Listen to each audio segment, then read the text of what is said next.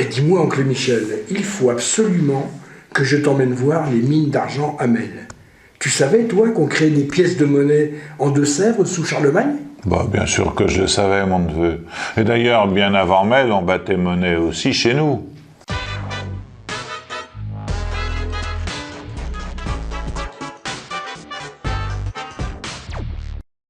Comment ça? On a eu aussi des ateliers monétaires dans notre petit coin de Gâtine? Ben, tout à fait.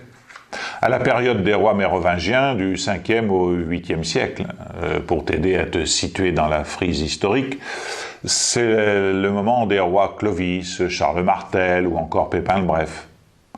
À l'époque, il n'y a pas de royaume de France, mais plusieurs royaumes, avec son lot d'alliances et de trahisons, enfin bon. Et pour les échanges commerciaux, on réutilise les monnaies romaines, des pièces d'or, qu'on appelle aussi des sols ou des sous. Mais pour économiser l'or, qui tend à s'amenuiser, on crée une monnaie en tiers de sous, qu'on appelle triens en latin. Et pour réaliser ces triens, on crée des centaines d'ateliers monétaires partout sur le territoire. C'est pour ça que s'installent à cette époque des monétaires à Ardin et Tourteron. Tourteron, mais à côté de Coulanges? Eh bien oui, exactement. Enfin, à l'époque, on disait Turturunus vicus. Ce serait un certain Onulfus qui battait monnaie dans le village, comme en témoigne cette pièce d'or de 11 mm et de 1 gramme vendue récemment aux enchères à Montpellier. L'avantage pour nous, humains du XXIe siècle, c'est qu'on peut reconnaître facilement l'origine des pièces, car à chaque fois, on écrivait la ville de l'atelier et de son graveur où elle était frappée. Et pour Ardin, comment s'appelait-il? À Ardin, ou Arduno, il n'y avait pas un, mais 3 ateliers monétaires. Bon, je ne vais pas te dire c'est des noms latins, c'est un petit peu compliqué, mais c'est d'ailleurs pour ça qu'une rue de la commune se nomme la rue des 3 monétaires. Et quel symbole voyait-on en plus des inscriptions? Les têtes des rois, peut-être? Pas spécialement. S'il est vrai que plus tard, on a eu les louis d'or.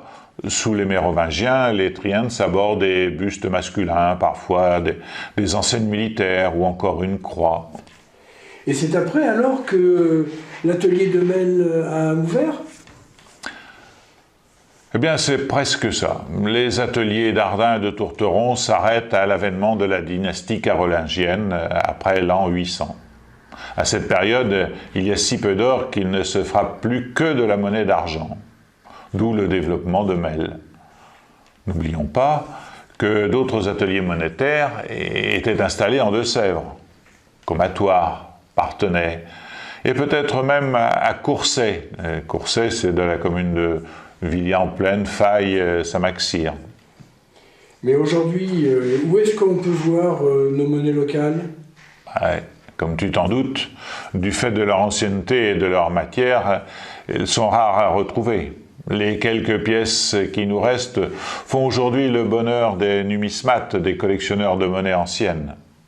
Tiens, on témoigne par exemple un triens de Tourteron, du monétaire Caritus de la fin du VIe siècle. Il a été récemment vendu aux enchères à Bruxelles en décembre 2021 pour la somme de 2000 €. Ouais, autant dire qu'elle ne vaut pas 3 francs 6 sous. Hein. Il en manque une. Vous êtes sort? Tout à fait sort.